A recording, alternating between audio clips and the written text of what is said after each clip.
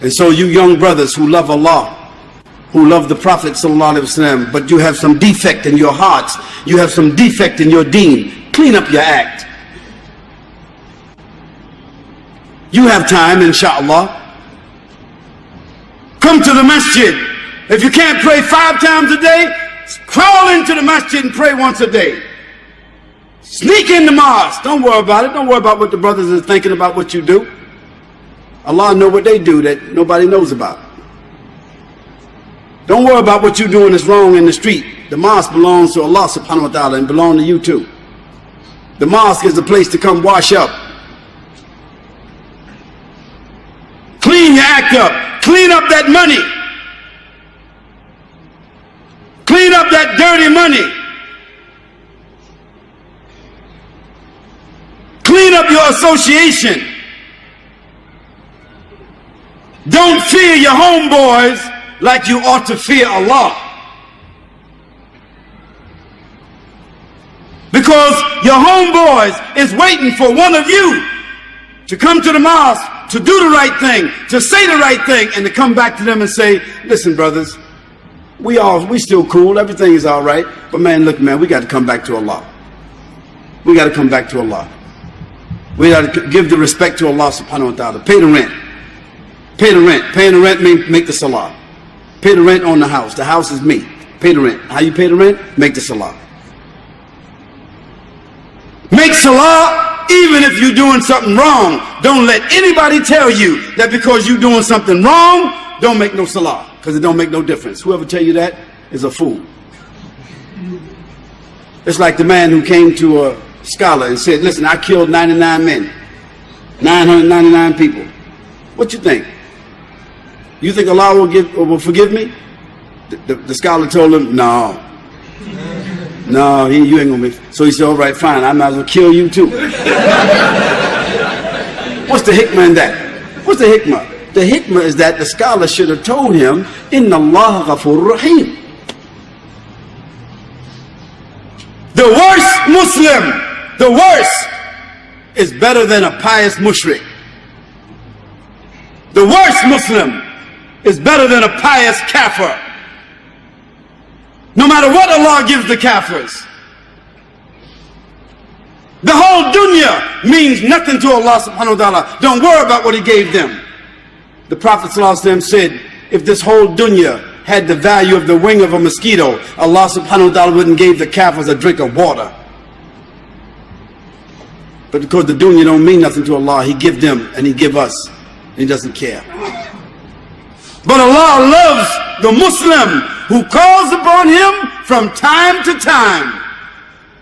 Allah loves the one that does the wrong and then says, oh Allah, please forgive me.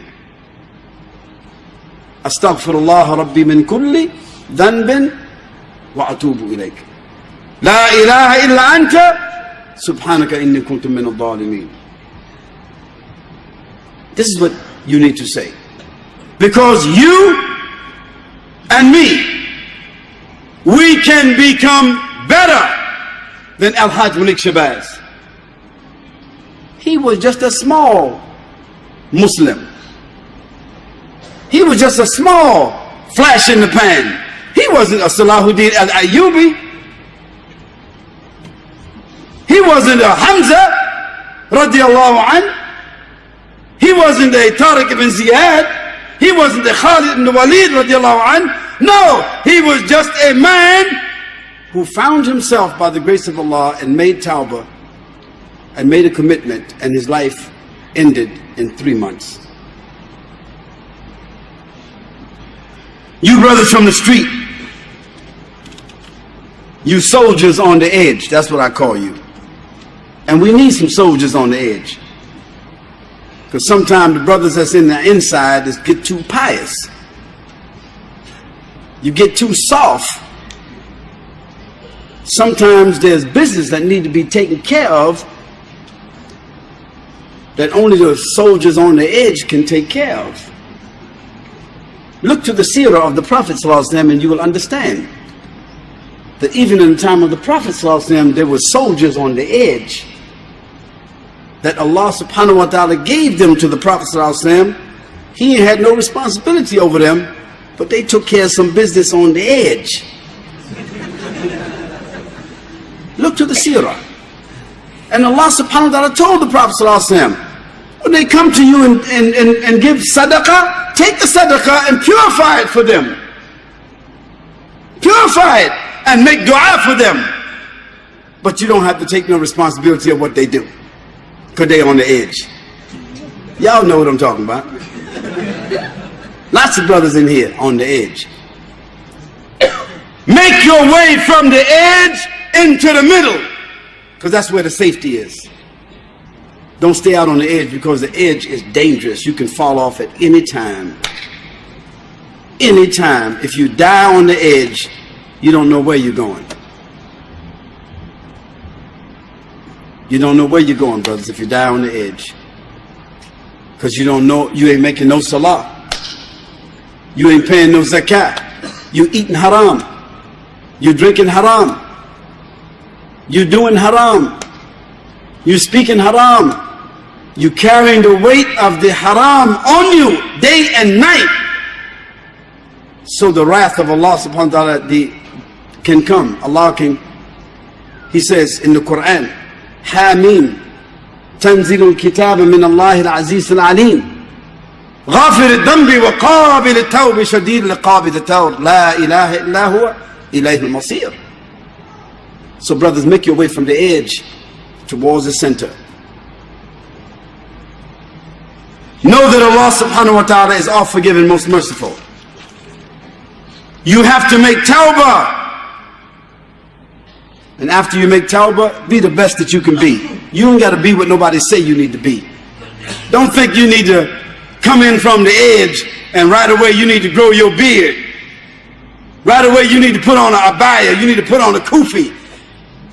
Right away you got to learn the aqidah, you got to memorize authentic ahadith, you got to learn the seerah, you got to get on the haqq. You don't have to do all of that right away, because some of the brothers who have done that, they still on the edge too. They in the center in the words, they in the center on the outside, but maybe inside some things they doing, they still on the edge.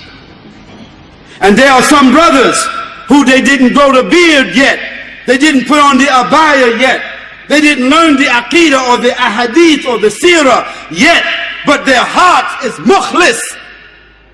And if their heart is mukhlis, Allah will accept from them, inshallah, from the heart that's mukhlis. So we don't make the judgment. We say, establish the prayers. Clean your money. Clean your company. Clean your heart. Spend an hour a week with a student of knowledge. Come in the circles where the brothers is giving up the knowledge. Even if you go to sleep, you're going to still get some blessings. Eat with the brothers. Walk with the brothers. Come to the masjid. Come to the UMA. Ask the brothers, brothers, look, I just need to sleep one night here. I just need to get out the street and get my head together. Because if you spend an hour a week with the people who have clean hearts, the people who have clean lives, the people who are giving them ilm, knowledge, the people who have a love for the Prophet ﷺ, the people who have made tawbah and after that did not return back to the crimes, if you spend an hour with them, it would be just like 100 hours that you spent with your boys in the street. And you might have a chance to get up off the edge. But if you don't spend that hour, don't think, brother, somehow or another, some kind of fairy tale, Disneyland, inshallah kind of thing is just going to happen somewhere along the line. You're going to find yourself on a cold slab next door. And it'll all be over. You know what I'm talking about, the cold slab next door? And then it's all over, brothers. Your money, your girlfriends, all the bling bling you had around your neck. You know, all them jazzy cars, ZX or whatever you riding around in. One of your boys gonna be riding around in it. One of your boys gonna be wearing the bling bling. And one of your boys is gonna have your little girlie in the seat next to him. One of your boys gonna move into your apartment. One of your boys is going to be wearing your clothes. One of your boys is going to take over that area that you were slinging. And one of your boys will be on the edge where you was, but now you inside the grave.